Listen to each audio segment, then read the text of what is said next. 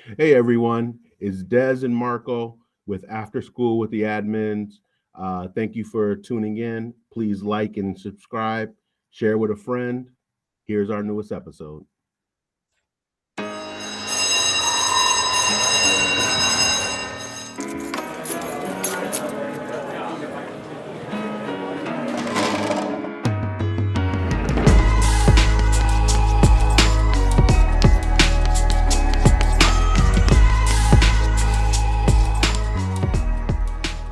Welcome, everyone, to another episode of After School with the Admins. I'm your host, Marco Torillo, and I have my co-host, Des Caldwell, with me. Good morning, good afternoon, good evening, wherever you are when you're listening to this episode. We're so happy you chose us to go and listen to. We have a special guest today.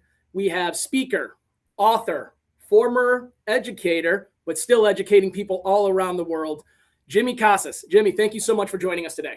Hey, thank you, Marco. Good to be here, man. I'm looking forward to it, so I appreciate it. Well, we always like to start off our episodes with the same question. We just love to hear the backstory of how someone got into the education field and where they are today. So if you could, tell us a little bit about yourself on why you got into this, how you got into becoming an educator, and then how it got you to where you are today now, where you are speaking, writing books, working with different schools as a coach. Yeah, honestly, I kind of just fell into it.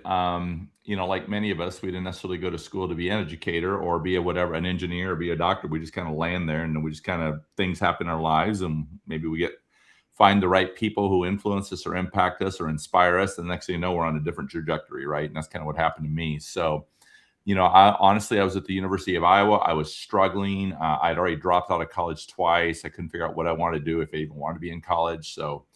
But then I got this opportunity to start volunteering at a school. I was actually looking to fill some time at the time. I was actually working as a bartender. And I just fell in love with these kids at the school. I was actually volunteering in an ESL program in elementary school. And it's one of those things that started off like I would go like twice a week for like 2 hours. And then the teacher's like, hey, any chance you could come tomorrow? I said, sure. And then I come back. Next thing you know, I'm like volunteering every day, right? Because in this elementary school, the only male in this elementary school was the custodian. So I was like this, at that time, I probably weighed 225 pounds. I was pretty bulked up. I'm in college. I'm 6'1". And these kids are like they see this guy, because they don't really see a lot of men at that time. So they just kind of cling on to me. And it was a lot of fun. And the bottom line is that just kind of inspired me to think, hey, maybe I could do this job. So I decided to shift and pivot and became a teacher. And started my career in Milwaukee Public Schools. I started as a middle school teacher, quickly moved into administration, Marco, and was blessed enough to do that role for 22 years, and then continue that work as an adjunct professor working with principals, and then left the profession. Already, believe it or not, it's crazy. It's been 10 years. It'll be 10 years this fall because I had the good fortune of just having an opportunity. I was named Principal of the Year, then the National Runner-Up Principal of the Year, and it just opened up a bunch of doors for me. And I just had the opportunity to go try to do this work. And it's been a blessing because, knock on wood, I got a little lucky. I've been riding that wave ever since, and I'll ride it for as long as I can. But I do love what I do, and I know I'm very blessed, and I'm very grateful for the opportunity to continue to serve educators every day because I know how hard the job is. So that's kind of where I ended up.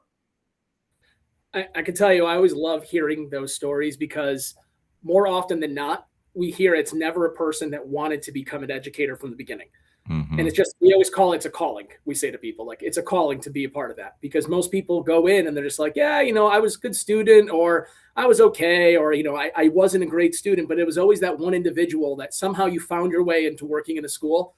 And then that person's like, you really should try and come back again, or you should do, or come do this, or I think you'd be great at being this type of teacher. And then it just, you kept doing it and kept doing it, realizing how much you can help other individuals be a part of it. So when we see those, we're always so like, we always feel it's such a great story to hear about, because it is a calling. Like, you weren't, as you said, you failed out of college, and then you were not sure what you wanted to do. And you were starting to pick up this job as kind of just a side thing. And then you just started realizing, wow, this is good. Like I can do this. And I like what I'm doing here. And it starts getting to become something more. And we find that always interesting to hear, because it isn't the situation of the individual who was always the greatest student out there. Or it isn't the individual who's like, oh, from birth, that's all I wanted to do was become a teacher. It's always I shouldn't say always, but a large portion of the individuals are those ones where like, I get the kids that didn't want to do those things. I understood that kid in the back. And for that reason, I can connect with them, and I found a way to help them connect and move forward and do what they wanted to do in life. That's exactly right. Yeah, that's exactly. So. Yeah, it's always great to hear that. Now, what made you want to make that pivot from being an educator 10 years ago to, as you said, like, you were blessed to become, principal of the year, and then getting a chance to be a national runner-up, as you just said. But my thing is, what made that all of a sudden shift go, you know what? Maybe it is time for me to move on to being something more. Yeah, once again, hey, Desmond. Just like anything else, once again, just by accident. Like, I think like today, like I meet a lot of people who kind of in their mind want to do this someday, right? They're like on that trajectory. Hey, someday I want to do that. So they kind of start working towards that. And that wasn't my pathway. Again, I literally just fell into this. I had the opportunity to speak at national conferences, especially after I became the 2012 Iowa Principal of the Year or 2013 runner-up.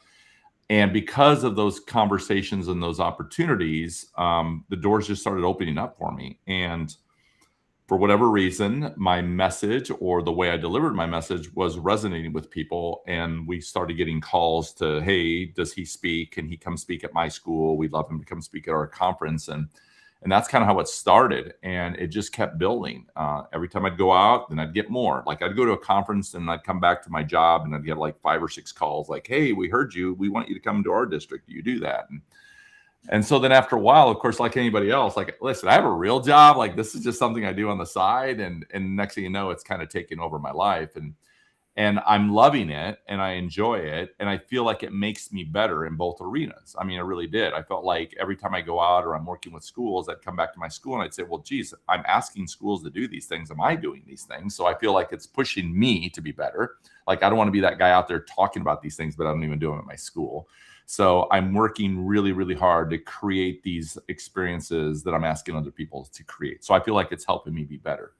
So that was the benefit there. And then, of course, I just love being out and helping people, because what I haven't told you is I became a principal at a really young age. And so I know how difficult that was, that transition. I felt like there wasn't a lot of people to help me. I felt like literally someone handed me the keys to a school, and now I feel all this pressure, and yet I don't know what I'm really doing. And I walk into my school, there's teachers that have been teaching longer than I've been alive. What am I going to say to these people?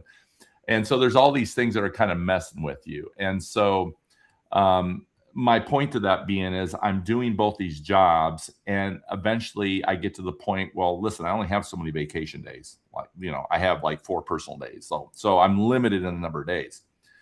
But each year as I'm a principal, and this really starts about 11, 12, like I'm getting 40 requests, then it became 60 requests, then it became 80 requests, then it became over 100 requests, but I only can do 25 requests with vacation, right?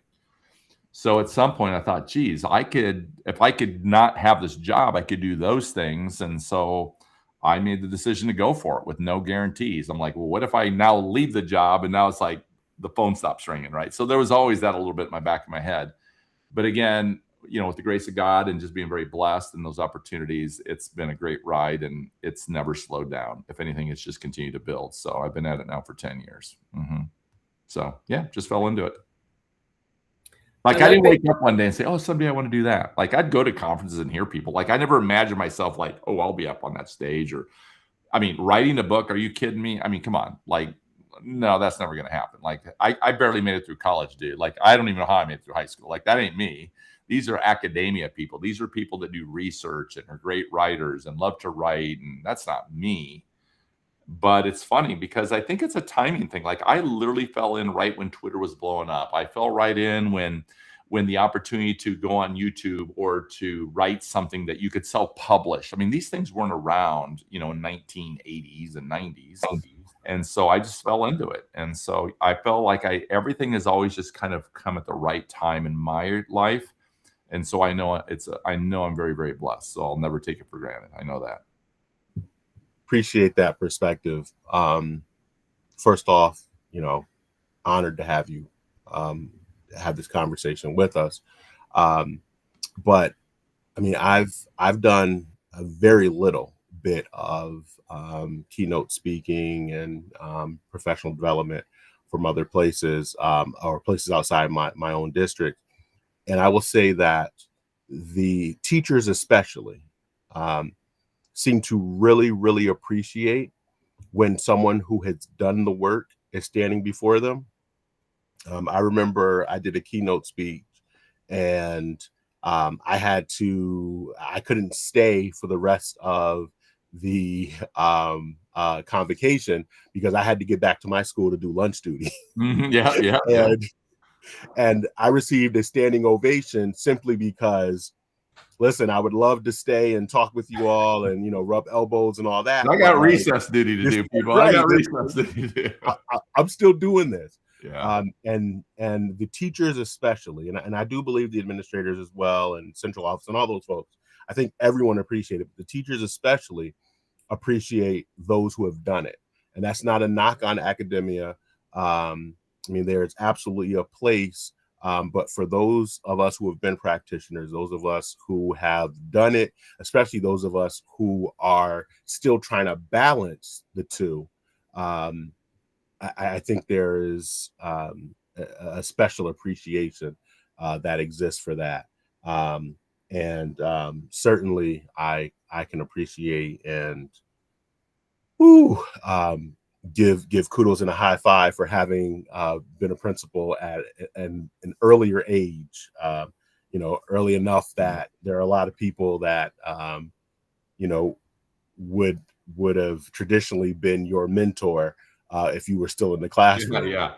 I wouldn't recommend that to anybody. I tell people all the time, certainly as I look back on it, way too early, right? Like, and you know, if you think about it, that's part of it too. Like, okay, now what? You mean I'm going to be a principal for 40 more years? Come on, that is a long ride, right? And to keep that fire burning and to walk in every day charged and jacked up, ready to go make a difference. And I'm pretty high energy, so I felt like I did a pretty good job. That's the one thing I'll say. There was a little time where I kind of lost my way a little bit, no doubt about it. But once I kind of found my groove again, like, dude, I love being a principal. Like, I could do that. I feel like I have a good run into me now, and I'm an old guy, but I love it. And I still think it's the best job out there, and for so many reasons. But like I said, right now I'm on such a wave, and I've had such a blessing. I know I'm impacting at a greater scale, at least what people tell me in the work that we're doing and all those layers that are part of that. But I do miss it. I miss it every day. I mean, what a great job there is. But I get filled because I'm literally in schools every day. I mean, I love speaking, don't get me wrong. I mean, I do, and I still do it. But we're an executive coaching company, and coaching is my passion. Like, I want to be in there, and I want to walk right alongside you, and I want to live everything you're living on that day. And then I want to help you see what you don't see and help you navigate all this job, because it is complex. The pacing is unbelievable. The emotional toll messes with you in so many ways. And you live in a world now with social media and the scrutiny on the job. Whew, it's a whole different ballgame. Yeah. But I feel it every day, and I'm able to help navigate those waters with people. And so it keeps me really sharp. Like, you can't tell me, like, really, that happens? No, I still see it every day. Yeah. And I was just telling Marco, I'll be in schools all next week, everywhere from Chicago all the way to Michigan, all the way to Minnesota. And I only speak one time. The other 4 days I'm coaching every day. And so I get to be in classrooms, I get to be in buildings, walk alongside, plan strategically, workshop, model. I love modeling things, instruction, leadership, meetings, facilitation. So I still feel like some days I'm still a principal, but I get the best of both worlds. So I get to leave, and nobody blasts me at night with an email. No one's calling me to yell at me. That's not happening.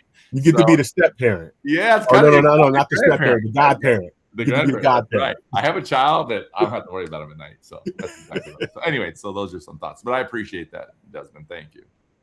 I wanted to piggyback off of both of what you guys were saying with that. To go back to what you originally started saying when you said about like writing the book, going to speeches, like, you know, thinking as an individual that you can hear it in your voice when you give a presentation. As a person who sat through one of your presentations, I actually was sitting on the floor for it because the room was packed for NASSP. Like, I had to sit on the floor, and like, I had never heard of you before at the time when I went to that. And I was enthralled with it within a matter of minutes. And the reason why is because the way you speak, the way that you acted, the examples you were giving were things that we've all dealt. It wasn't in the way, and I don't want to call it not academia, but it wasn't I know this because somewhere in Walla Walla, Washington, I read about a group that did this, and this was the percentage I got. You were explaining it from your own experiences of doing it, trying it, failing, and then revising it and succeeding with your staff on it.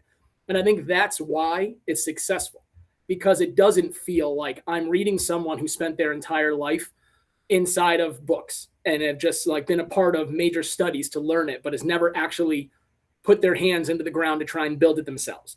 You can tell that has happened with you when you're doing those. So I think that's why, when you say that about that part, I think that's why people do flock to your books. People do listen to you, want you as a coach, because it's not a situation that you're not realistic with what we are dealing with on the day-to-day, but you're also supportive in how to go and still try to push past, even though we're dealing with these daunting tasks. Well, I appreciate that, Marco. Thank you. No, definitely. You're being awfully kind. I appreciate that. But here's the thing, Desmond. Marco didn't tell me he's holding out. Now he's got some intel. He's like, dude, I heard you speak. I heard your message. Like, wait a second, you didn't tell me that. Like, I was going to ask, like, how did you find me? Like, where's that coming from? But now I know he's flying. Oh, we do our research. Don't worry. We do our research. We have these conversations. So don't worry. There'll be pieces. We might have a couple throwback questions. I spoke about that like 3 years ago. Where'd you get that? Yeah, where'd you get that at? So no, I appreciate it. The other thing I thought Thank about you. that you said, which I thought was great, was the living what you're talking about. Because I can tell you that's almost a crisis in my own self right now that I'm having, because I've gotten an opportunity also to speak at some places about some of the work we've done culturally in our building, which has been great. And we've seen major successes over the years with it. But I will say there's some things that are going to start happening in our school district that they're going to kind of peel back, making some of the things we're doing optional. And I'm worried, is my culture real? As in that my staff will want to do that anyways, knowing of what the successes we've seen? Or is it they're doing it because they're being told they have to do it by the district?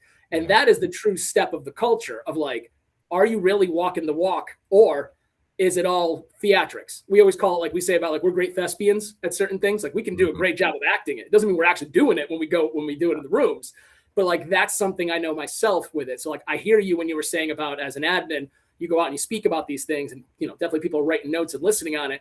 But then when you get back to your own building, I'm like, ooh, are we really doing that still? Or was it, I said it one time, people followed with it for about a month, and then out of nowhere, since I'm not in the building every day, they ain't listen to that anymore. So it's like, is that really occurring? Yeah. Is this a culture of compliance that we've created? Like they do it because they have to, because they don't want to get, their hand slapped or reprimanded or anything like that, which is a different kind of culture than where people are truly invested, right? They're all in. They believe in it. They see the value in it. They see the impact it has on kids or their colleagues or the morale of the building, and they're all in, right? The idea of collective efficacy, right? The belief that together, we can make anything happen. There's just no reason not to. My experience as educators are very passionate, very intelligent people, very dedicated, committed. I mean, they went all in at one point in their career, right? And like you said, Marco, you said, why? Well, probably because some teacher, probably because of a coach, probably because of a counselor. Maybe it doesn't matter. But somebody in that field said they modeled something for them or created some of our experience that made them feel like the most important person and said, I want to do that someday. Like, I want to do that for a kid, right? So, yeah. So it's pretty awesome. That's why I said it's the greatest job in the world. I know it's taxing. It's crazy. The pacing is unbelievable. But I always tell people, like, you pick a profession, right? First of all, people want to complain to me sometimes. That's fine. I want you to complain. Let me hear what you're really thinking. But the question at the end of the day, so what are we going to do about that? What are we actually going to do about that, right? And by the way, if you think the grass is greener somewhere else, it's not. And if you want your grass to be greener, then fertilize your own grass, dude. That's what you should be doing. That's what your focus should be at, right? Instead of trying to figure out what else can I go do? You don't think they have their own issues? People, every organization and business has cultural issues. And by the way, many are much worse than the educational field. And my daughter's a nurse and always says, Dad, you should come work with our doctors because they're some of the biggest jerks, Dad. They're just mean. And it's a reminder, every profession has these issues. By the way, healthcare struggles, trust me, big time. And so it's just basically looking at your own environment and saying, but what am I doing in my own environment that also might be causing some of that, right? I might be causing some of that too, in my classroom, in my building, on my campus, at my district, wherever, or in my own house, right? My own home. And so that's kind of what we're always working on with individuals. Man, we haven't got started, Marco and Desmond. You guys are getting me all jacked up already. I'm all jazzed and we've got more. Don't worry. I don't even drink coffee, dude. Look at this. Look at this. I'm just pouring it down, man. Let's go. Well, hearing that, then I want to ask that question of, because I think it fits right into this.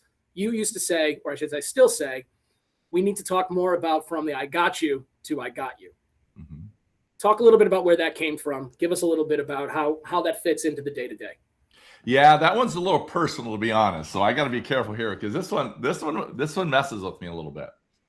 The reason I believe in that so strongly, what people have to understand, and maybe this will help you. First of all, I always believe this. If you take time to invest in people and listen, and more importantly, listen to their story, what I love about that, it brings clarity and helps you understand. Now I understand why he thinks the way he thinks or behaves the way he behaves, right? Now I see it. Because what we learn is all of us, I believe, are who we are because of our past experiences. And those past experiences shape us and mold us into the people that we are today.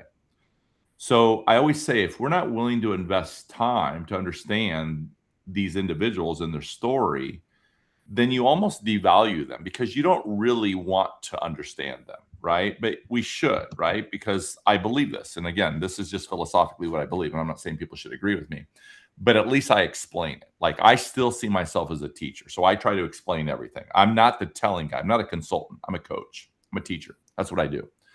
And so the reason I share that, Marco and Desmond, is to help you see is that, well, where does that come from? Well, clearly there's a story there, right? If that's where it comes from. And so you have to understand the story to understand, how did I become the gotcha guy?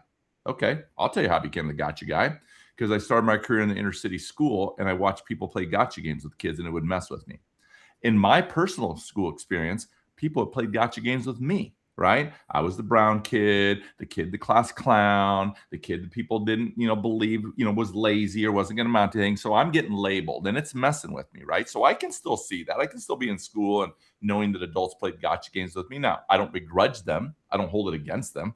I mean, I think they did the best they could. But my point is I experienced it. Then I become a teacher, right? And I don't want to be that person, because who wants to be that person? But you know what happens to me? I start becoming that person. I'm getting irritated with this kid. Desmond will appreciate this. You know what would really mess with me in the inner city? See if Desmond agrees with me. I'm in a classroom teaching, and some kid does this to me. Smacks their mouth at me. Now, in my culture, you smack your mouth at an adult, you're going to get walloped upside the head. You're getting a backhand like that quick, okay? So you have to understand that's an experience, right? I grew up in that household. You don't smack your mouth at an adult. And if you do, you're going to get it. And that'll be the last time you smack your mouth at me. Mm-hmm. Well, I'm not here to propose that we should be hitting kids. This isn't corporal punishment. I'm just saying you have to understand the story. Okay. So it starts messing with me already as a classroom teacher, right? But here's what happens. I become a building principal. And by the way, I'm starting to understand, because I had really good mentors when I was a teacher, of a gentleman by the name of Larry Leonard, who took me on my first home visit ever in my life and said, you have to understand where these kids are coming from, Jimmy. You've never understood this. You've never even been to that neighborhood on the north side of Milwaukee. Let's go take a visit and maybe you'll understand why that kid behaves the way that kid behaves. You know, this kid, he burned his house down and killed his mother and his siblings. But you don't know that, do you, Jimmy? You see this kid over here, his mom's a crackhead and literally takes care of himself and his two little sisters. But you don't know that, do you, Jimmy? And he starts mentoring me and helping me see these things. And so I share these because this is what begins to shape us and who we are in our lives, the experiences that we had, the people who have mentored us, the people we want to emulate, the people we look up to and admire. Well, then I become a principal and I've learned all these things. And I'm like, oh, I can't wait to go into the principal. So I'm sitting in the interview chair and I talk about, oh, I'm going to fight for these teachers and I'm going to champion for these kids. And every teacher wants to be great. And then I get into the job and just like that, it starts messing with me. I'm walking down the hall. I see some adult teacher playing a gotcha game with kids. And I literally just want to throat punch that teacher, because what I don't understand is, why do you work in a school and you don't love kids? And it's just messing with me. And I share that so you can understand that gotcha. You see that gotcha? Oh, I'm going to get you, teacher, because I don't like the way you treat kids and you're an adult and you should know better. So let's see how you like it. I'm going to play a little gotcha game with you. I'm going to write that in your evaluation. I'm going to reprimand you. I'm going to bring you into my office and chastise you and remind you and tell you if you don't like it, get in or get out, right? I'm going to do all these things, but I'm going to look for a reason to get rid of you because I don't like the way you do with kids. And just what I couldn't see in that moment is, wait a second. I'm upset because this teacher's playing a gotcha game with this kid, but aren't I really doing the same thing? Mm-hmm. And I'll be really honest, Marco and Desmond, I probably did that for a good 4 years. I mean, there would be days, I'll be honest, hell, I just move a teacher's classroom over the summer just to piss them off, right? Like if you want to piss off a teacher, move their classroom over the summer, take it away from them, right? That's how bad I'm getting, right? It's almost embarrassing to admit that, but I'm owning it, okay? I did that, okay? I wanted to get rid of people and I justified it until about 2005 or 6 in that year, where I kind of lost my way so much. You probably heard me talk about this, Mark. I'm on the edge of the couch saying, I don't want to do this job anymore. And with the good grace, and I don't know why, but in April that year, my old boss, as I'm venting to him and crying my eyes out about how I hate this job and I hate these teachers, he says to me, hey, I'm going to stop you right there, son. Listen to me. What happened to the young man who came to the inner city here in Milwaukee Public Schools and promised us he was going to change the world? What happened to that young man? And I was so embarrassed and so ashamed because I knew I had lost my way. And I just thought, I don't know what happened to me. I just lost my way. And he literally wraps his arms around me. And what do you think he says? You know what he says. It's 3 words. I got you. Now, you tell me how 3 words changes the trajectory of a young man who at 26 sat in the interview chair, wanted to be great for kids, and now he's 38 and completely lost his way playing gotcha games with adults. That's why experiences and stories are so powerful, because it helps you understand why people behave the way they behave and why they do what they do. And that's me. I start off as the I got you. Then I became the gotcha guy. And then I was reminded, no, you said you were going to be the I got you. Don't tell me, show me. And I've been on a track and a trajectory since 2005. I want to be the I got you guy. And that's who I am today. I got you. I got the 2 of you. And I don't just say it. Hopefully my actions show that. I think I'm pretty good at being an I got you guy. And I think most people would say that behind the scenes because I want to help people. And I don't play gotcha games anymore because I really believe everybody wants to be great at what they do. So there you go. Long story, but now you have to understand that and see where it comes from, because I think that helps you begin to understand who are we actually dealing with here. But we need to model that for people. Desmond behaves the way he behaves. And if I'm not willing to invest time in that, well, shame on me, because then I'm going to judge him for that. And I should never judge him because I don't know his story. And I need to truly understand his story, and that will help me understand. And I think that's what makes me a really good coach. I think that's what makes me a really good teacher. Yeah. So there you go. I'm all jazzed now again. There you go. See what you do to me? Jeez. Should I just leave my copay, or is this like a therapy session for me? What's going on?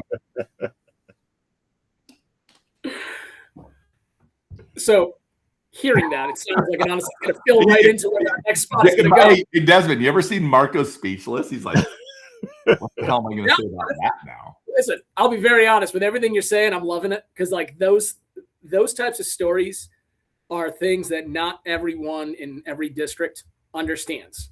Okay. I know Des and I both worked in an urban district for many years. He's still, he's worked in actually multiple urban districts. I've worked in one where that's where him and I met in education. We worked there for, that was for 13 years of my life. I worked there 8 years as a teacher, 5 years as an admin. Mm-hmm. Des for his amount of time too. And stories like that were like our day-to-days. And that's the thing that not everyone understands. And like you said, every district has their own issues. But a lot of it sometimes is because they don't know what they don't know.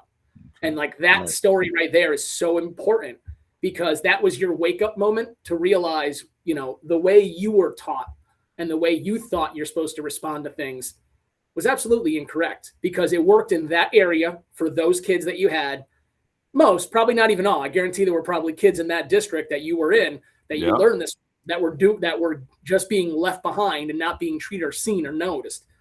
But now you got to this one and someone's like, finally, come here, boy, let me show you what you really don't know. Right. And that's a huge thing, because not everyone sees that or is willing to open up to that. And I think that is a key, because when you've done that, seen that, like to go to a child's funeral of someone who has been shot, or to have to go to like visit a kid in the hospital to show you the school cares because of things that have happened outside, or doing those home visits and you see the life of a kid. And it doesn't have to always be just an urban district. These happen in all the suburbs too. Sure. People don't know all these things that are going on. And when you've done that and you open that also up to your staff, that's where I think sometimes change really occurs, because they get out of their own way and their own thought process to go, oh, this is real. Like, this isn't just your TV show noticing and like the moment, like it's real. And we all have to see this and start to understand that. I think that is so key to that moment about the understanding of I got you versus gotcha because of that. Like, once you see that, now I'm not going to make believe it doesn't creep up, because the gotcha still going to want to show up there every once in a while when you show someone that, and they still don't want to see it. And you're like, I'm struggling here. I'm trying to find my way to to help you see this, but like you still can't see it. But I think that is so important. So I think we also have to take ownership. So Jimmy, as you are telling that story, you know, I'm going back to, my gosh, I must have been maybe 10 years in at this point, maybe a little less. My first, what I consider my first failure as a school administrator. I hired a biology teacher that I knew needed a lot of support. And she knew she needed a lot of support, right? And we had that conversation during the hiring process. And I told her, I got you. Like, I'm going to work with you. Like, we're going to make you the teacher you want to be. And ultimately, as a leader, I failed her because she didn't grow the way, we had hoped she had grown, the way all of the plans we had put together. Right. Best laid plans, didn't come to fruition. And so then the non-renewal process literally is a gotcha process, right? Got you again, not performing very well. So I'm going to document this, and, this is going to lead to another, improvement plan, or, whatever. And ultimately, we did end up firing her for, not meeting the expectations of the job. But this is someone who every plan we put in front of her, she tried. And, so every so often someone tells a story and I go back to that place because this is someone who wanted to be an educator, right? Like, this is it was a second career person, but she wanted to be an educator, and I wanted her to be an educator. And she did all the things that she was asked, or she attempted to do all the things that she was asked to do, but there were obstacles. It didn't happen.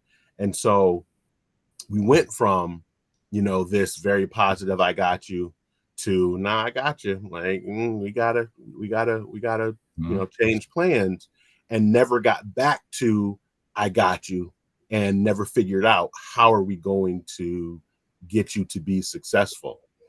And I do think that there are people who need to be coached out of the classroom, and not everyone. It is a calling. It is not, it's an art and not a science, although there is science to it. But that's one of those, moments that sticks with me, because I thought I was good enough as an educator, as a leader, as a coach. If you wanted to do this, then I could get you to do it at a high level. Yeah. I got a question for you, Desmond. You can answer it too, Marco. Hey, what was the class that we took in principal school that taught us how to evaluate a teacher out of the system without hurting our culture? Do you remember what that class was called? Nope. So first of all, we're going to give Desmond a lot of grace here, because actually I'm going to disagree with Desmond. I don't think he did a gotcha. So I'm going to try to help him see it. That's not a gotcha in my opinion. Here's a gotcha.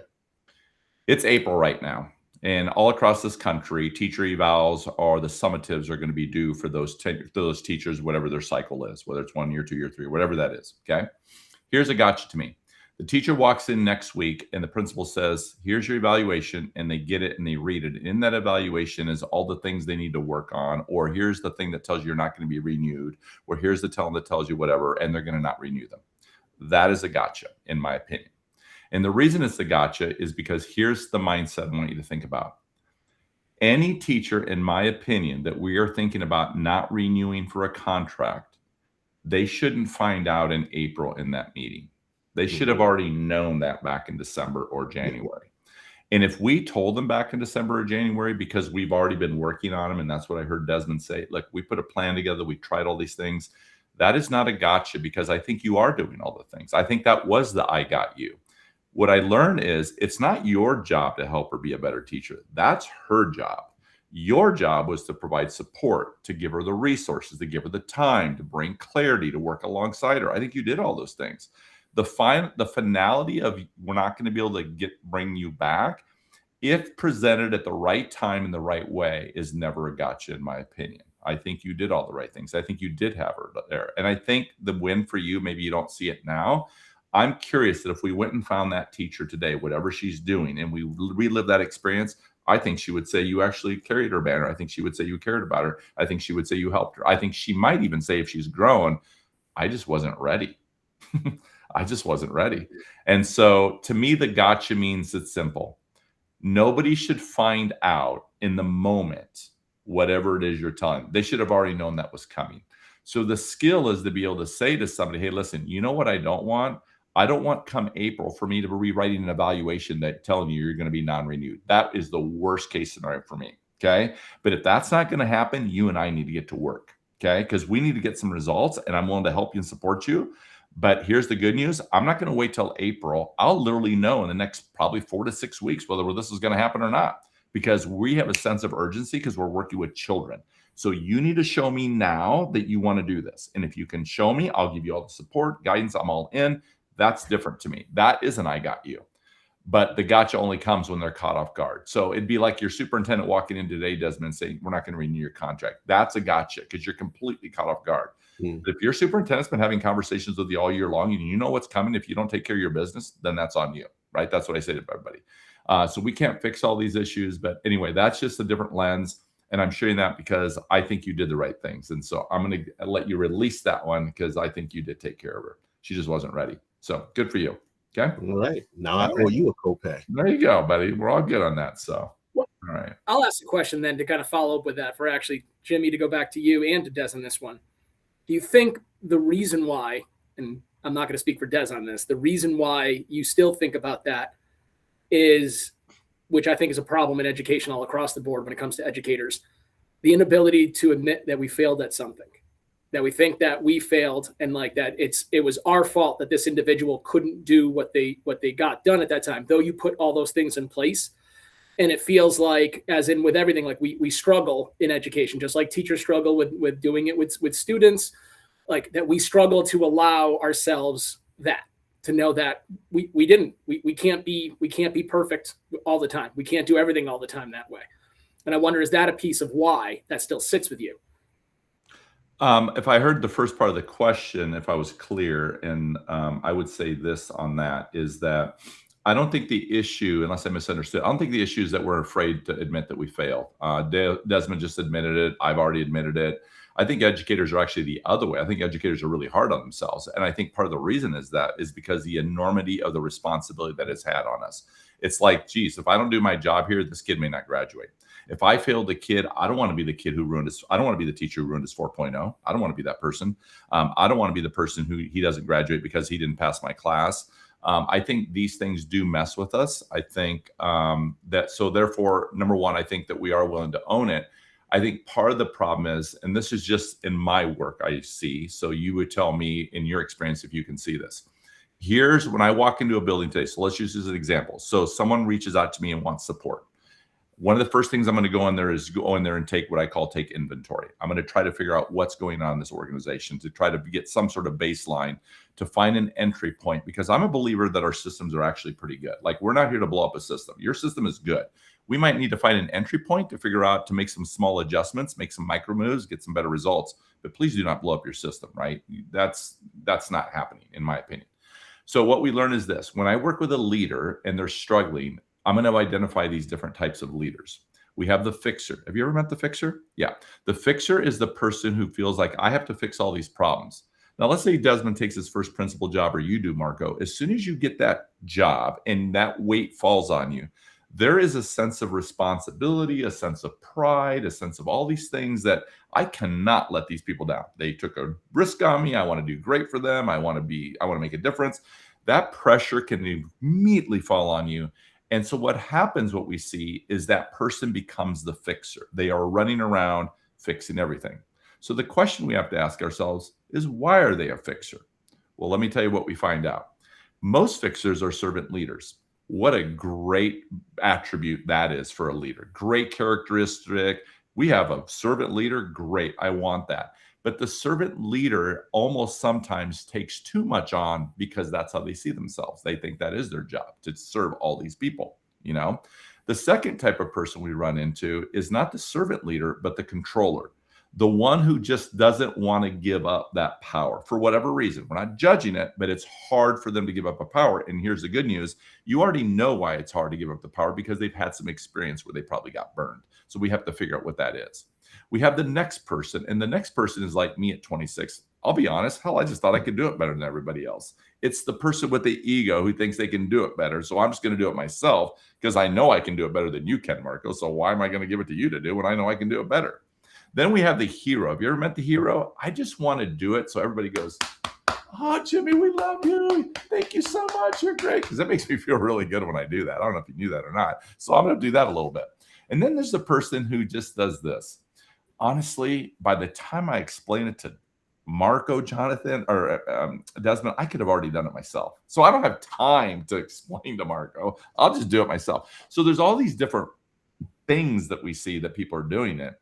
And so the point of this is this. You have to understand why people are so hard on themselves. We have to understand why do some people feel like they have to take everything on, because you have to understand that story. So it's always going to go back to that. And that's why that is a core value of mine, which I wrote for myself way back in 2005 when I found myself on the edge of the couch, is I needed to work on me. And I had to recognize that everybody has a story. So go back, Jimmy, and just start investing time to understand. There's a psychology to leadership. It's the psychology to understand why people behave the way they behave. And that's really powerful. And I think the most influential leaders are really good at that. That's what makes them really good. It's a great attribute to have. They're really curious and they're really good listeners, and they invest time in people. And that's always going to get you a better result, because what happens is you don't misdiagnose it. So wrap it up. I think people are willing to admit it.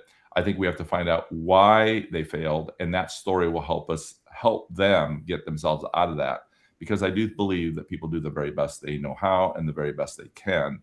And we have to give people grace, but then we have to help them so they don't keep repeating those mistakes over and over, because it does eventually bring harm to the organization, right? Or to children in general. So anyway, some thoughts. No, thank you. Des, you anything to add to that?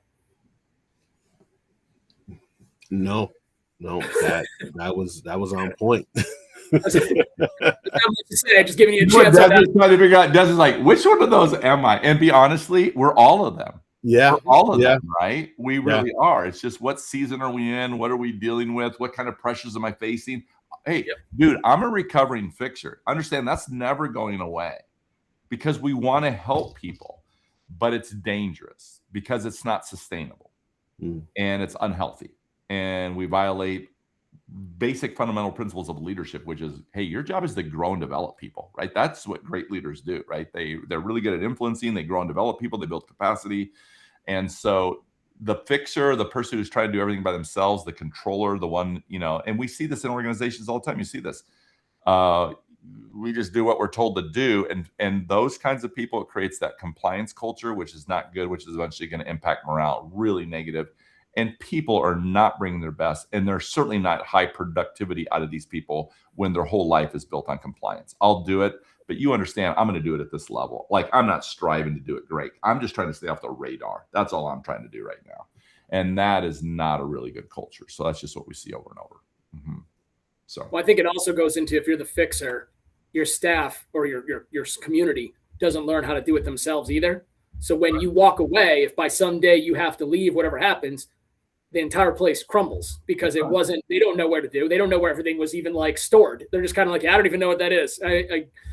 Marco did that. So that's just it. So I don't know what to do next. And you don't have what you thought you had. Yeah. So I think that does come into a major part of it. And I think that fixer is one of the hardest things that many educators, including myself, I'll say, do. I think that's one of the ones you sit at a lot, and you have to it becomes hard then to let go of the reins of fixing everything for everyone and allowing others to do it themselves. It goes back to almost being like a parent when you're having your little kid and you're just the behavior, or you try and fail themselves. So this way they learn it, because if they don't, then you're officially always going to be doing it. Yeah. So the key is we have to find out why you're a fixer. That's the key, right? That's just the key to everything. Because again, remember me, I was the fixer. So I'd go to work, I'd fix. I'd just be exhausted from putting out these fires all day. And then I'd go home, and what would I do at home? Just complain about it, complain about everything I had to fix. Yeah, but you're doing that behavior. Why do you keep doing that, right? So it's one of those quandaries again. That's why we have to find out why are people fixers, and then we have to help them through that. So yeah, it's all good.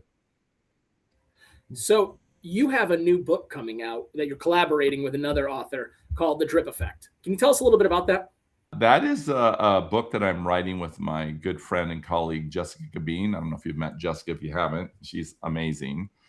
Jessica is currently a practicing principal in Minnesota. So honestly, part of it is because, well, I haven't been a principal forever, Marco. So I need somebody who actually lives it every day. But we decided to write this book, and here's why. Here, I don't know. You tell me. Again, you guys are living this every day. So again, this book is written because you have to remember the advantage I do have, which I didn't have when I was a principal. And that's why I love going out and speaking and doing workshops when I was a principal. Because remember, I could come back and ask myself, am I doing these things in my building? But what it also gave me was a different lens, a different perspective. Remember, I only know, what I see in my building. Like, I don't know what's happening in Oregon or Hawaii. I don't know what's happening on the Indian reservation. I don't know what's happening in upstate New York or over in Connecticut or in this urban district or rural. I don't know what's happening in the world. I just know what's happening in my world. Well, what I've learned now is it doesn't matter where I go. I've learned that the issues are the same everywhere I go, right? They really are. Now, there's some unique things sometimes to a community or something that's happened, but for the most part, it's the same issues in Desmond schools that you're dealing with, Marco, that I'm dealing with, right? Same thing. So what I have the luxury of doing now is I have the luxury of going to all these places, and I can not only observe and see things, I can collect data. I can begin to ask a lot of questions. I can learn, what are they dealing with in their world? So how is Jimmy Casas, who doesn't even do the job anymore, how am I going to bring value to Desmond and Marco when I don't live what Desmond and Marco do every day? So you know how I help? I start talking to Desmond, saying, Desmond, help me see what you're dealing with. What are you struggling with? Why is that so difficult? What are the challenges? Be real with me, dude. What are the real challenges? Don't hold back. And I can do that all over the country now. And I can take all that information, and now I can write about it, and I can talk about it. So what I tell my people is, you're going to help people all over the country, because everything I'm learning from you, dude, I'm going to reshape that into a talk, and I'm going to take it out there. I'm going to share it with the world. So your actually impact is greater than Fort Smith, Arkansas, or Taylor, Michigan, or wherever I'm at. Doesn't matter, right? It's your impact is bigger, and that's going to be my job. So let me ask you this. Here's what happens. I call it the hustle culture. That's what we're living in. Everybody's moving 100 miles an hour because this pacing is incredible. You have to shift quickly. You have to respond to this fire, then maybe I have a kid over here who's melting down. I have a parent who's going off in the main office. By the way, I'm getting a phone call right now. My boss just asked me, do I have the report ready for the board meeting tonight? And then I just got a bomb threat called into the building. And then I got this. And it's just all this stuff is going on. And that is crazy. So my point is this. When we lose sight of who we are, I think it's easy to get swept up in the doing part of the job. In other words, you're just checking boxes. We're getting through. I just got to get that off my plate. Done. Move on to the next thing. We're answering emails, chasing outcomes. And over time, that pace that you're dealing with every day, it starts to feel normal, maybe even noble. Like, this is who I'm supposed to be. This is what I'm supposed to be doing. But in the process of moving over and over and over, here's what's happening. I think we're slowly starting to drift away. We're no longer present in those conversations. I can't be present, people. Come on, tell me what's going on so I can go fix it or go deal with it. And so we're moving quickly. And now we realize, instead of focusing on what our purpose is, I'm focusing more on the pressure of what I'm dealing with every day. And what I see is, this is when the cracks then begin to show. I see it. I see the stress on your face. I see how wore down you are. I see how you're melting down in the office. I hear you breaking down and just crying and saying to me, Jimmy, I don't know if I can do this anymore. I'm just exhausted. I don't know. I don't even know if I'm making a difference. I don't even know if this means anything anymore, if it even matters. And it's not because we're not capable. That is not it. I am tired of people blaming principals for their issues. I'm tired of people blaming teachers and superintendents. We're all on that through line. And so my point of it is, it's not that we're not capable. It's just that we're carrying more than we were ever meant to hold. You can't do this crazy job by yourselves. So the drip effect is a framework. And it's a framework that says, well, what if we were to work on us? Instead of trying to fix all that, what if I just work on me? And what if I could help you create a framework that says, if you follow these simple 4 steps, so you don't have to feel like, oh, I have to blow up my system, I have to start all over, I'm overwhelmed with all these things, I don't have time to do all this. Let me just give you 4 simple things to go back to and ground yourself. The first one is this: just stop. Stop. Quit trying to fix everything and just pause for a moment and slow down and just see if you can see it all in front of you. Just breathe for a second. Look at the whole picture.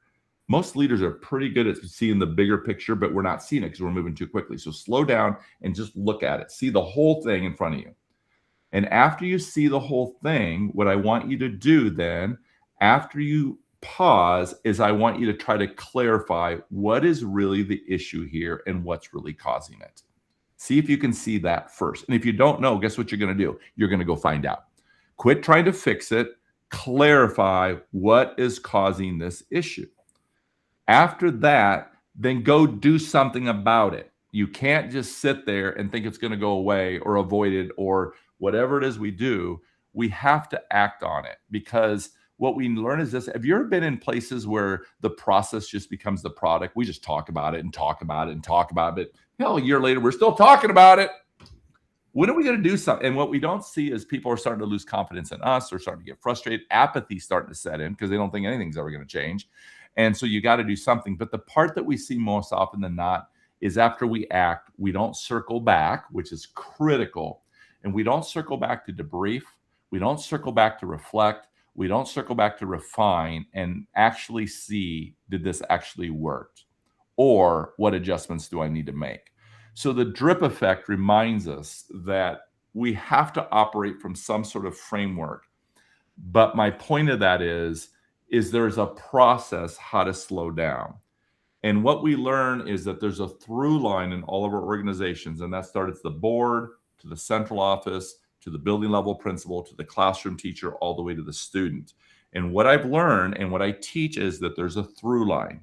And the biggest mistake we make is we try to go from point A all the way to point C down here, or let's say point E, but you skipped point B, C, D, and E, and you just went, and you just jumped right over it. And when you did that, you violated so many effective characteristics of effective leaders because you're moving quickly, and you would have been better off to slow down. So bottom line is, the drip effect is to get you to slow down, to understand that we all cause the culture. We're all responsible for it. And we got to quit putting that on Marco, and we got to quit putting that on Desmond. No, we're all going to own it. And so we're all in the through line, and we see this all the time. And so hopefully it reminds us what's happening to us. So we try to paint that picture, because this is just what we see every day in the field. And then trying to say, has this ever happened to you? And everyone's going to say, yep. And I already know that because it's not my story. It's your guys' stories. And they're all the same stories everywhere we go. So you're going to say, I can see myself. And I'm going to say, good. You know why that's happening? Let me tell you why that's happening to you. And you're going to go, yep, I see that. And I'm going to go, so what are you going to do about that? And here's a couple suggestions you might want to consider. And people will say, yeah, maybe I need to get back to doing that again. So hopefully it's going to slow you down and help you see what you don't see anymore. So we'll see. But my hope is that the early reviews on it have been really, really good. So I'm actually super jazzed about it, because I've got a lot of really good critical feedback on it. So, and the good part about it, it's all real content, because it's all coming from the field. Like, I didn't just sit here and chat GPT and create these scenarios. Like, this is actually people, I'm going to show them where they're at in the book. This is you. You just don't know it's them. So, but it's them, because they've given me permission. Right. So anyway, we hope that it helps people. But so thank you for asking. Coming out in June, the drip effect, the hidden cost of hustle culture, in case you're wondering, Marco. I look forward to reading it when it comes out. Yeah, It actually sounds a pretty good book. I like the idea of it even because I do think that's something a lot of us do. We get sometimes right in the middle of it all and just trying to go problem solve without ever trying to take a step back, figure it out, trying to make sure we're going about it the right way and coming back to it because we just put something in place and then we never ever bother to really make sure that it is working, or if it's not working, revising it, going through. It actually makes me think right now we're about to do, my coaches and I are going to be going with grade levels and having a conversation about something very similar to that, because we're having a major struggle right now with a specific demographic, both academically and behaviorally. We've talked about it, but we've never actually done it. We keep just kind of throwing spaghetti against the wall and hoping that it's going to stick on different plans, things like that. We're going to use we're actually going to be using the symbol of a house on fire. And we're going to be showing that and asking the staff, like, what would you do if you're walking down the street and you see this house on fire? What would you do to go and to try and help? And we already know a lot of the answers, like I'm the firefighter. I'm going to go and take a hose, put it out, all that. But in the picture, we have literally between some bushes, you see there's just like a gas line. And all you got to do is turn the gas line off. It stops the fire. But we never saw it. We see the fire right away. We don't pay attention to the actual full surrounding, the whole picture. We jump right into action going, this is what's happening. We've got to worry about this. We've got to do this right away. Mm-hmm. And it never solves it. All it does is just keeps it going. And we're just throwing stuff at it and hoping, but it just doesn't go away. It just keeps happening. So we're hoping that's going to help out. Granted, this is coming out much later than this is going to be happening, so I'll be able to know whether this worked or not by that point. But it is something that we're taking on with that. And I actually love the idea of this because that'll help kind of feed into some of the work our plans are for next school year, also as a school based off of that. Yeah. So I'll give you something for your listeners here. This is an easy example of what I mean. So this is like an easy little 3-step framework that will work in every arena of your life. And it's so simple. But again, if you just slow down and use it, it'll work. Okay. And we practice this all the time in the field, so I know it does. Okay. And I use it every day myself. I have my own company retreat here in 2 weeks. And again, we're always modeling that because we have to be aligned in our practices too. But here it goes. The first thing is, I believe everything you want to do has to start with some sort of vision. So you have to at least paint that picture. What is it you want to do, Marco? What is it you really want to do, Desmond? Just tell me. Just try to be very transparent, be very authentic, be very honest. Here's what I'm thinking about doing. But in slowing down, after you tell people what you want to do, you have to tell them why. That's the story. People need to understand the story behind it. I think they'll give you a lot more grace. I think they'll understand. It'll help. I'm not saying they'll agree with you, but at least it'll bring clarity to them. Oh, that makes sense. In other words, if you think what Joe Sanfilippo always says, in the absence of knowledge, people will make up their own. Well, don't give them a reason to be absent of that knowledge. You got to tell them why. Because if you don't, they're going to create another narrative about why you're doing it. It's probably not going to be really positive, right? So let's stay ahead of it. Tell them what we want to do so we help bring clarity to the vision. So tell your staff, here's what I want. I don't want you having to deal with that. I don't want you frustrated and struggling with this group of children every day in our school. Okay, here's why. Because you're going to burn out, because you're going to start labeling, because you're going to get frustrated. So here's the thing. If we were going to do something that would get us a better result, what would that look like? And that's what I want to work on today. Now, I have a suggestion or two that I want to throw out at you, but I want to make sure that if we were to do this, what undercurrents would that create for me? So the framework is a simple reminder to do this. Tell them what you want to do. Tell them why you want to do it. But then make sure you give them a voice and help allow them, in other words, give them permission to help you see what you don't see. And what will happen is it will slow you down. Guarantee it'll slow you down because you'll do this like, crap, I didn't even think about that. Never saw that. Yeah, that's because you can't run the school by yourself. You have all these eyes out there that they, just like this. If I came to you right now and I said, hey, what undercurrents are problems, issues, whatever, how does it hurt morale? What undercurrents is your superintendent currently creating for you? Don't answer it. I know this. I bet you have an opinion on that. You know why? Because I think you see something they don't see. But if that superintendent had a process, said, Marco, here's what I want to do, and here's what I'm thinking about doing, and here's why. But Marco, if I do that, what undercurrents is that going to create for our district, and what undercurrents is that going to create for you? You see it. And all they had to do was slow down and ask you. But no, they're not going to ask you. They're just going to go 100 miles an hour, and then they're going to create all these issues for you, and you're going to be part of cleaning up their mess, and then teachers are coming to you, and now you're in this quandary like, well, I don't want to throw my boss under the bus, but at the same time, this isn't my stupid idea. Now I got to do this, and it's causing me all these headaches, and it threw me sideways because we were doing really good work, and now we're not even going to be able to do that work. So my point of it is, everybody sees the other undercurrents that everybody else is creating. And if I can predict that, I know my employees know the undercurrents I'm creating. and I run 2 businesses. So you know what I'm going to tell them? This is what I want to do. It's my vision for the company. Here's why. Help me see what I don't see. And when I do that, they will help me see what I don't see. And I promise you, 100% guarantee that you will get a better result than if you just went and did it yourself. And that's just what a simple example of how these little nuances, these little shifts in our behavior get us a better result. And guess what? I didn't ask Marco to go blow up his system because I think Marco and Desmond are pretty damn good leaders. But I do think if you made some little small adjustments, you'll get even a better result. And that's just what we learn every day. Yeah. So that's the kind of stuff that I'm working on all the time because I'm fascinated by it. I love it because I think no one, literally, they handed you a set of keys and said, go be a principal, Desmond. Go be a principal, Marco. Somebody help me. That's what I always say. Well, yeah, I woke up this morning and go, yeah, I think I want to go suck today. Nobody's saying that, people. When are we going to start helping these people? And that's why I do what I do. So there's my why. Okay? In case you want to. Thanks for listening to my nonsense. You guys are awesome. I appreciate you. So. This is your idea. I didn't call you, Marco. This is your idea. Don't blame me when you guys get off this and go, how the hell are we going to edit all this nonsense? We're all good with it. We love it. We love the difference of opinions. We love the different insight. And again, we just love actually the energy. That's the number one thing, because when someone comes in with the energy you're bringing, we can tell you're passionate about what you're talking about. This isn't just something you just say and you spew out and that's it. Like, you want to believe it. You live it. You're with it.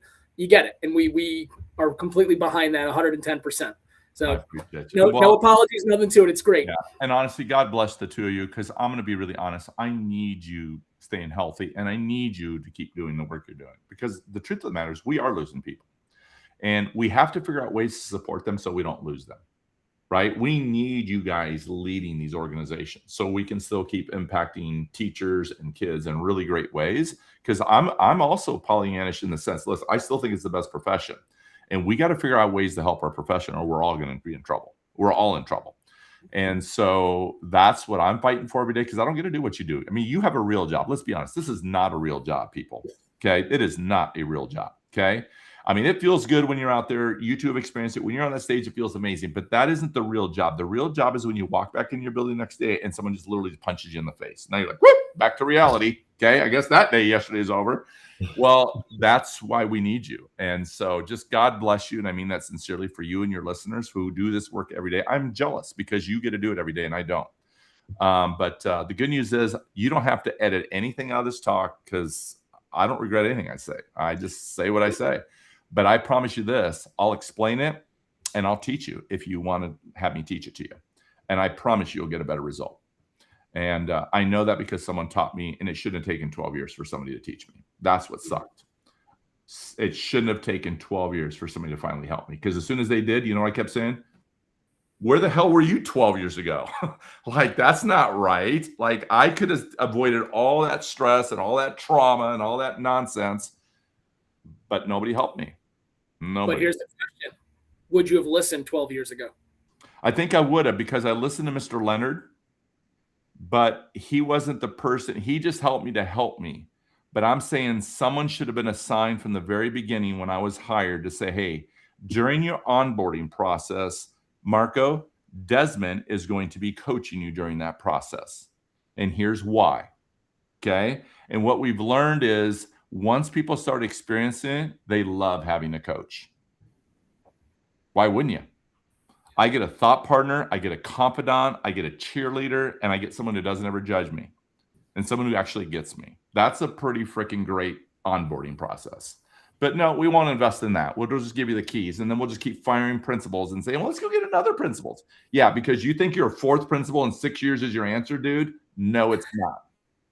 Now I'm getting upset. Now I'm getting fired up. Why'd you guys do this to me? This show should have already ended. Right? Darn it, you guys. Why'd you do Well, we're going to give you a question you're going to like for your final one, because we know you are a busy man. We thank you again for spending this hour so far with us. Our final question we have for you. What advice do you have for a brand new admin starting, or a person who's looking to become an admin for the first time? What's that first piece of advice you'd want to give them? Yeah, the first piece of advice I would always say is be careful. This job was never meant to be a committee of one. Okay, so that's number one. You're not going to be able to do this job by yourself. So that's the first thing. Number two, give people, well, first of all, before that, you have to be sure that people know who you are. Who are you as a father? Who are you as a husband? Who are you as a leader? What drives you every day when you wake up? In other words, what does your core tell you? Who are you? Are you about relationships? Are you about kindness? Are you about fairness? Are you about accountability? Are you about excellence? Who are you? Because once people know who you are, it's a little bit easier to lead people. They don't have to try to figure you out. They know exactly why you behave the way you behave.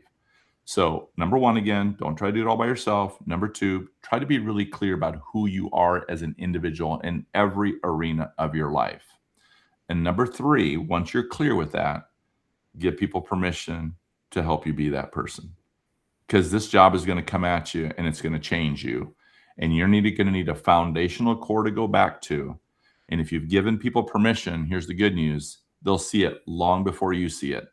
And hopefully, if you've built trust in a relationship, they'll say, hey, Jimmy, remember when you asked me to tell you? Well, I'm telling you, today you weren't at your very best.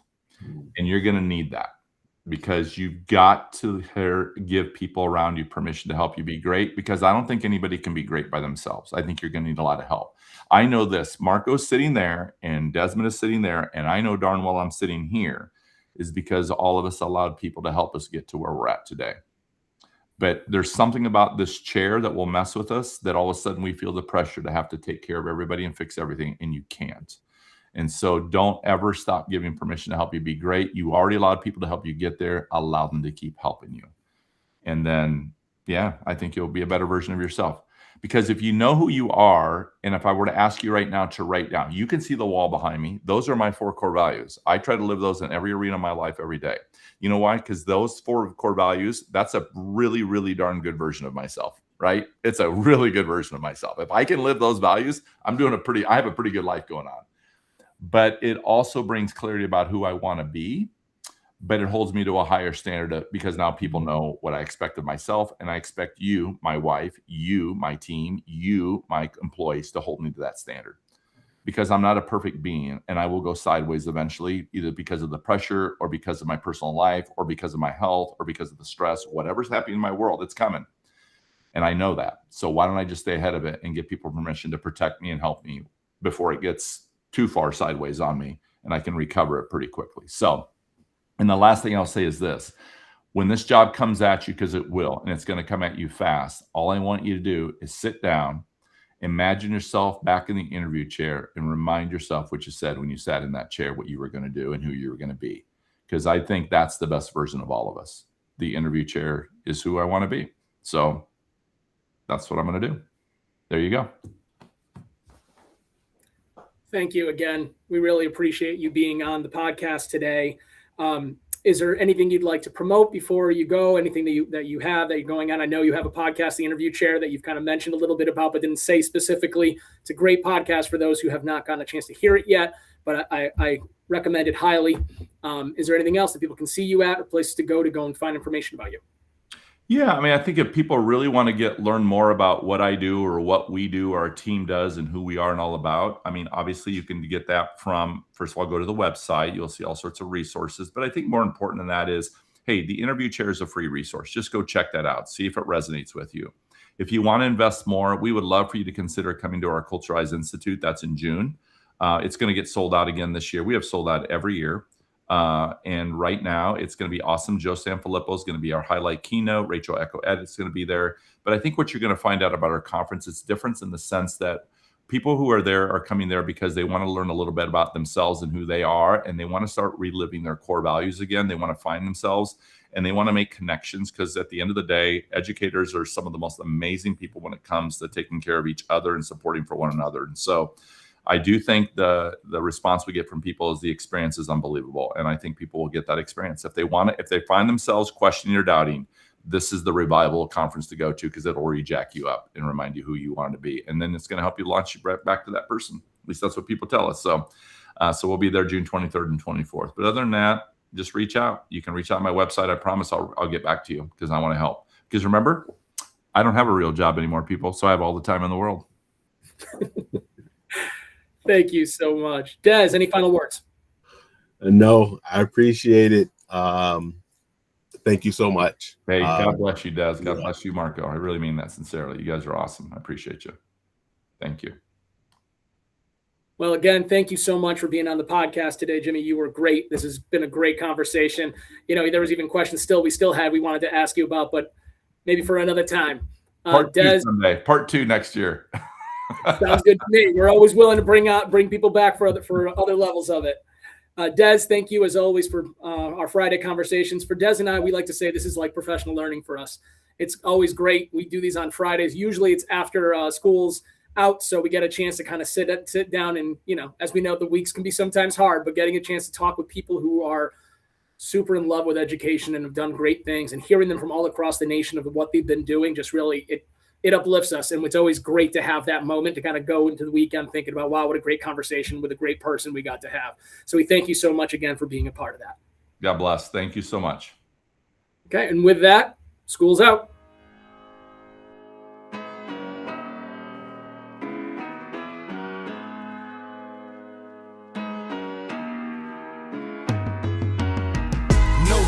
You all will be missed. Until then, I gotta blow you a kiss. Until we meet again on that other side, this my rhyme. We all love you to the end of this time, always. Know this, you all will be missed. Until then, I gotta blow you a kiss. Until we meet again on that other side, this my rhyme. We all love you to the end of this time, always.